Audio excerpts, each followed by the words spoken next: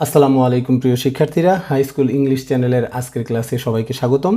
আজকে আমরা tag question সম্পর্কে আলোচনা করব। ট্যাগ কোশ্চেনের রুলসগুলোকে আমরা কয়েকটি ক্লাসে ভাগ করেছি। আজকে তার প্রথম ক্লাস, চলো তবে শুরু করা যাক। দেখো, ট্যাগ কোশ্চেন, প্রথমেই প্রশ্ন আসে যে ট্যাগ কোশ্চেন শব্দের অর্থ কী, বা ট্যাগ কোশ্চেন বলতে আসলে কী বোঝায়। দেখো, ট্যাগ শব্দের অর্থ জুড়ে দেয়া, আর কোশ্চেন শব্দের অর্থ হচ্ছে প্রশ্ন। তাহলে দুটোকে একসাথে করলে দাঁড়ায় জুড়ে দেওয়া প্রশ্ন। এখানে প্রশ্ন আসে যে প্রশ্নটা কোথায় জুড়ে দেওয়া হয় আর কখন জুড়ে দেওয়া হয়। দেখো, কথা বলার সময় আমরা কখনো কখনো বাক্যের শেষে, কোথায়, বাক্যের শেষে সমর্থন সূচক প্রশ্ন যোগ করি। কথা বলার সময় আমরা কখনো কখনো বাক্যের শেষে যে সকল সমর্থন সূচক প্রশ্ন যোগ করি, এ ধরনের জুড়ে দেওয়া প্রশ্নকে বা যোগ করা প্রশ্নকেই আসলে ট্যাগ কোশ্চেন বলে। একটা উদাহরণ দিলে হয়তো একটু ক্লিয়ার হবে। দেখো, তোমরা নিচে একটি উদাহরণ দেখতে পাচ্ছ। You are a student, aren't you? তুমি হও একজন ছাত্র, তাই নয় কি? এই যে পেছনে যে প্রশ্নটা জুড়ে দেওয়া হয়েছে আর্নট ইউ, এটাই হচ্ছে ট্যাগ কোশ্চেন। নিচের উদাহরণটি লক্ষ্য করো। You don't like tea, do you? এই যে ইউ ডোন্ট লাইক টি, তুমি চা পছন্দ করো না, করো কি? এই যে বাক্যের শেষে যে প্রশ্নটি জুড়ে দেওয়া হয়েছে, এই প্রশ্নটিকে আসলে বলা হচ্ছে ট্যাগ কোশ্চেন। তাহলে আমরা আজকে শিখব যে কিভাবে একটি সেন্টেন্সকে বা সেন্টেন্স থেকে ট্যাগ কোশ্চেন তৈরি করতে হয়। ট্যাগ কোশ্চেন করার পূর্বে দুটি বিষয় অবশ্যই খেয়াল রাখতে হয়। এক, প্রথমে তোমরা খেয়াল রাখবে সেন্টেন্সের ভেতরে কোনো অক্সিলারি ভার্ব আছে কি না। অর্থাৎ যে সেন্টেন্সটি দিয়ে তোমরা ট্যাগ কোশ্চেন করতে যাচ্ছ, সেই সেন্টেন্সের ভেতরে অক্সিলারি ভার্ব আছে কি না। এখন তোমরা প্রশ্ন করবে যে অক্সিলারি ভার্ব আছে কি না সেটা কেন দেখতে হবে? কারণ অক্সিলারি ভার্বযুক্ত সেন্টেন্সগুলোকে ট্যাগ কোশ্চেন করার নিয়ম একরকম, আর অক্সিলারি ভার্ব ছাড়া সেন্টেন্সগুলোকে ট্যাগ কোশ্চেন করার নিয়মটি আরেক রকম। তাহলে প্রথমে তোমরা দেখে নিবে যে সেন্টেন্সে কোনো অক্সিলারি ভার্ব আছে কিনা, এবং দ্বিতীয় যে কাজটি তোমরা করবে সেটি তোমরা দেখবে বাক্যটি হাবোধক না নাবোধক। কারণ বাক্যটি যদি হাবোধক হয় তাহলে ট্যাগ কোশ্চেনটি হয় নাবোধক, আর বাক্যটি যদি নাবোধক হয় তাহলে ট্যাগ কোশ্চেনটি হয় হাবোধক। ওকে, এখন তোমাদের মনে প্রশ্ন আসতে পারে যে অক্সিলারি ভার্বগুলো আসলে কোনগুলো। দেখো, এগুলো সবই তোমাদের পরিচিত। এখানে কিছু অক্সিলারি ভার্ব আমি দিয়ে দিয়েছি। এই অক্সিলারি ভার্বগুলোই ট্যাগ কোশ্চেন করার সময় ট্যাগ করতে কাজে লাগে। ভালো করে দেখে নাও এবং মুখস্থ করে নিবে তোমরা। যেমন am, is, are, was, were, have, has, had, do, does, did. এই অক্সিলারিগুলোকে বলা হয় প্রাইমারি অক্সিলারি। এছাড়াও আরও কিছু অক্সিলারি রয়েছে যেগুলোকে আমরা মডাল অক্সিলারি বলি। এগুলো ট্যাগ কোশ্চেন করার সময় কাজে লাগে। যেমন shall, should, will, would, can, could, may, might, must, ought, need এবং ডিয়ার। তোমরা কোনো সেন্টেন্সকে ট্যাগ কোশ্চেন করার সময় প্রথমেই খোঁজ করে নেবে যে সেই সেন্টেন্সের ভেতরে এই অক্সিলারি ভার্বগুলোর কোনো অক্সিলারি ভার্ব আছে কি না। ওকে, এবং নিচে দেখো তোমাদের জন্য আমি কিছু নেগেটিভ ওয়ার্ড লিখেছি। এই ওয়ার্ডগুলো যদি কোনো সেন্টেন্সে থাকে তাহলে বুঝতে হবে সেই সেন্টেন্সটি একটি নেগেটিভ সেন্টেন্স। ওকে, দেখো, no, not, never, neither, nothing, hardly, seldom, scarcely, rarely, few, little, এই ধরনের নেগেটিভ কোনো ওয়ার্ড যদি কোনো সেন্টেন্সে তোমরা দেখতে পাও তাহলে সেই সেন্টেন্সগুলোকে ট্যাগ কোশ্চেন করার সময় ট্যাগ কোশ্চেনটি হবে অ্যাফার্মেটিভ। আর এই ধরনের ওয়ার্ড ছাড়া কোনো সেন্টেন্সকে যদি তোমরা ট্যাগ কোশ্চেন করতে যাও তাহলে সেই ট্যাগ কোশ্চেনটা হবে নেগেটিভ। তাহলে চলো আমরা নিয়মগুলো দেখে নেই। আচ্ছা, কোনো সেন্টেন্সে যদি অক্সিলারি ভার্ব থাকে সেই সেন্টেন্সগুলোকে ট্যাগ কোশ্চেন করার নিয়মগুলো আমরা এখন দেখব, যে অক্সিলারি ভার্বযুক্ত বাক্যের ট্যাগ কোশ্চেন করার নিয়ম।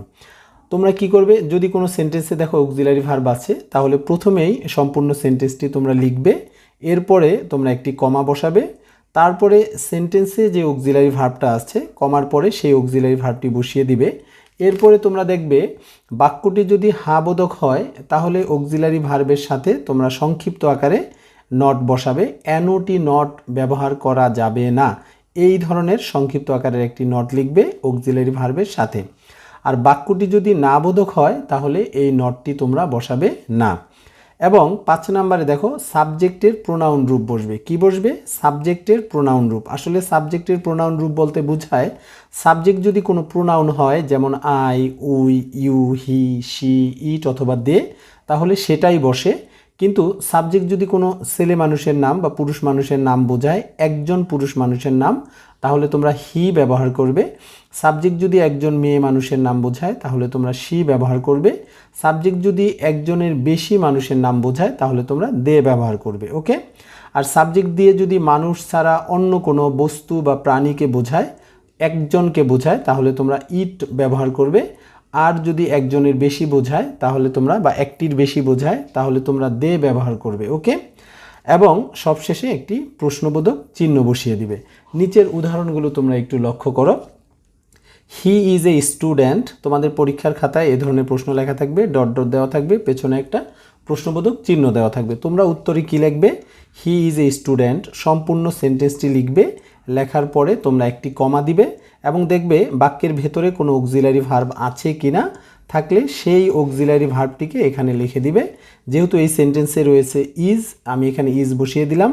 এবং হি ইজ এ স্টুডেন্ট বাক্যটি একটি হাবোধক বাক্য, তাই আমরা ইজের সাথে সংক্ষিপ্ত আকারে একটি নট বসিয়ে দিব এবং পেছনে নট বসাবো এবং প্রোনাউন বসাতে হবে। দেখো সাবজেক্টের প্রোনাউন রয়েছে এখানে হি, আমরা হি বসাবো এবং পেছনে একটি প্রশ্নবোধক চিহ্ন দিয়ে দিব। ঠিক আছে। পরের উদাহরণটি তোমরা লক্ষ্য করো। They were not playing, dot dot dot থাকবে এবং পেছনে একটা প্রশ্নবোধক চিহ্ন থাকবে। এই ধরনের সেন্টেন্স তোমাদের প্রশ্নে দেওয়া থাকবে। তোমরা কি করবে? প্রথমে সম্পূর্ণ সেন্টেন্সটি লিখবে, দে ওয়ার নট প্লেয়িং। এরপরে সেন্টেন্সের পরে তোমরা একটি কমা দিবে এবং সেন্টেন্সের ভেতরে যেহেতু একটি অক্সিলারি ভার্ব আছে, তোমরা সেই অক্সিলারি ভার্বটিকে এখানে লিখে দিবে। এবং লক্ষ্য করো সেন্টেন্সটি একটি নেগেটিভ সেন্টেন্স, তাই এইখানে আমরা নট ব্যবহার করব না।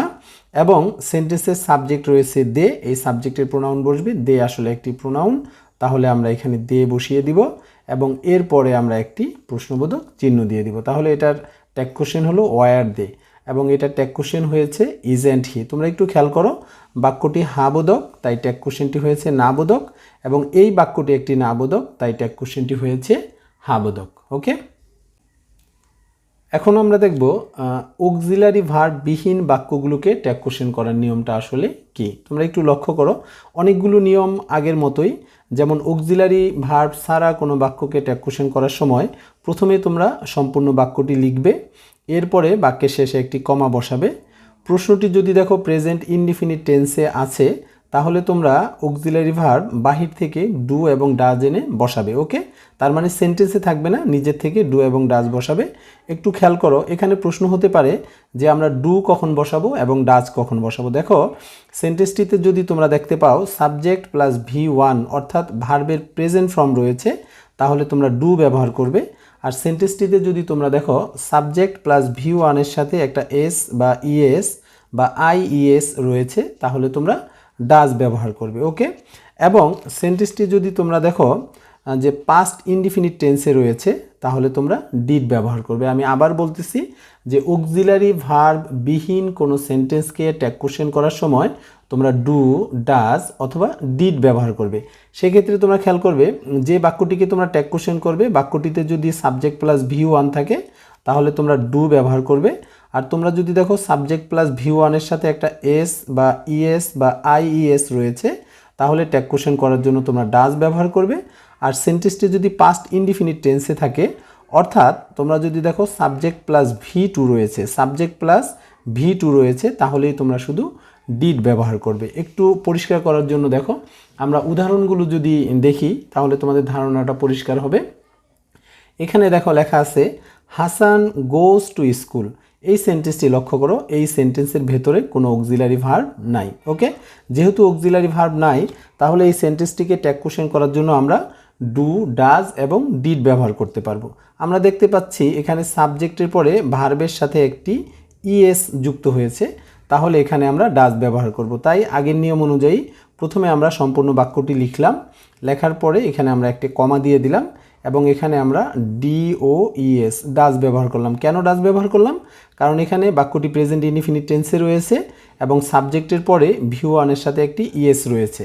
তাই আমি বলেছিলাম যে সাবজেক্টের পরে যদি তোমরা দেখো ভি1 এর সাথে এস বা ইএস বা আইইএস থাকে, তাহলে তোমরা ডাজ ব্যবহার করবা। ওকে।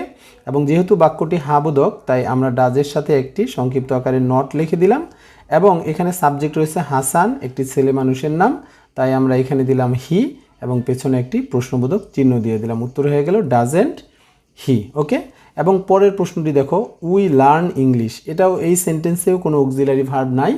যেহেতু এই সেন্টেন্সে কোনো অক্সিলারি ভার্ব নাই, তাহলে সাথে সাথে তোমরা খেয়াল করবে যে এখানে ডু, ডাজ অথবা ডিড ব্যবহার করব।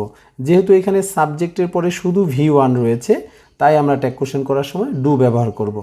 উই লার্ন ইংলিশ, আমরা সম্পূর্ণ বাক্যটি লিখলাম, এরপর একটি কমা দিলাম, আমরা এখানে ডু দিয়ে দিলাম। বাক্যটি হাবোধক, তাই ডুর সাথে আমরা একটি নট যুক্ত করলাম, কারণ আমরা জানি যে হাবোধক বাক্যে একটি নট যুক্ত করতে হয়। এবং এখানে প্রোনাউন রয়েছে উই, আমরা সাবজেক্টের প্রোনাউন বসিয়ে দিয়ে দিলাম এবং পেছনে একটি প্রশ্নবোধক চিহ্ন দিয়ে দিলাম। ওকে, এবং পরের উদাহরণটি দেখো, যেহেতু খাতা শেষ, সো আমি এক লাইনে লিখলাম you played well. You played well, এই সেন্টেন্সটি খেয়াল করো, এই সেন্টেন্সেও কোনো অক্সিলারি ভার্ব নাই। যেহেতু কোনো অক্সিলারি ভার্ব নাই, সাথে সাথে তোমরা খেয়াল করবে যে অক্সিলারি ভার্ব না থাকলে ডু, ডাজ অথবা ডিড ব্যবহার করতে হয়। যেহেতু এখানে সাবজেক্টের পরে V2 রয়েছে, তাই আমরা এই সেন্টেন্সটিকে ট্যাগ কোশ্চেন করার জন্য ডিড ব্যবহার করব। সম্পূর্ণ সেন্টেন্সটি লিখব, তারপর আমরা এখানে একটি কমা দিব, আমরা এখানে বসিয়ে দিলাম ডিড, যেহেতু সাবজেক্টের পরে এখানে V2 রয়েছে। বাক্যটি হাবোধক, ডিডের সাথে আমরা একটি দিয়ে দিলাম নট, এবং এখানে সাবজেক্ট রয়েছে ইউ, আমরা এখানে কি দিয়ে দিলাম ইউ, ডিডেন্ট ইউ। তাহলে এটা ট্যাগ কোশ্চেন হয়ে গেল ডিডেন্ট। এই ছিল আজকের ক্লাস, আশা করি তোমরা বুঝতে পেরেছো। যদি কোনো প্রশ্ন থাকে তাহলে তোমরা অবশ্যই কমেন্ট করে জানাও। ভিডিওটি ভালো লাগলে তোমরা লাইক করো, বন্ধুদের সাথে শেয়ার করো এবং চ্যানেলটি সাবস্ক্রাইব করো। দেখা হচ্ছে ট্যাগ কোশ্চেনের পরবর্তী ক্লাসে, সেই পর্যন্ত ভালো থেকো, খোদা হাফেজ।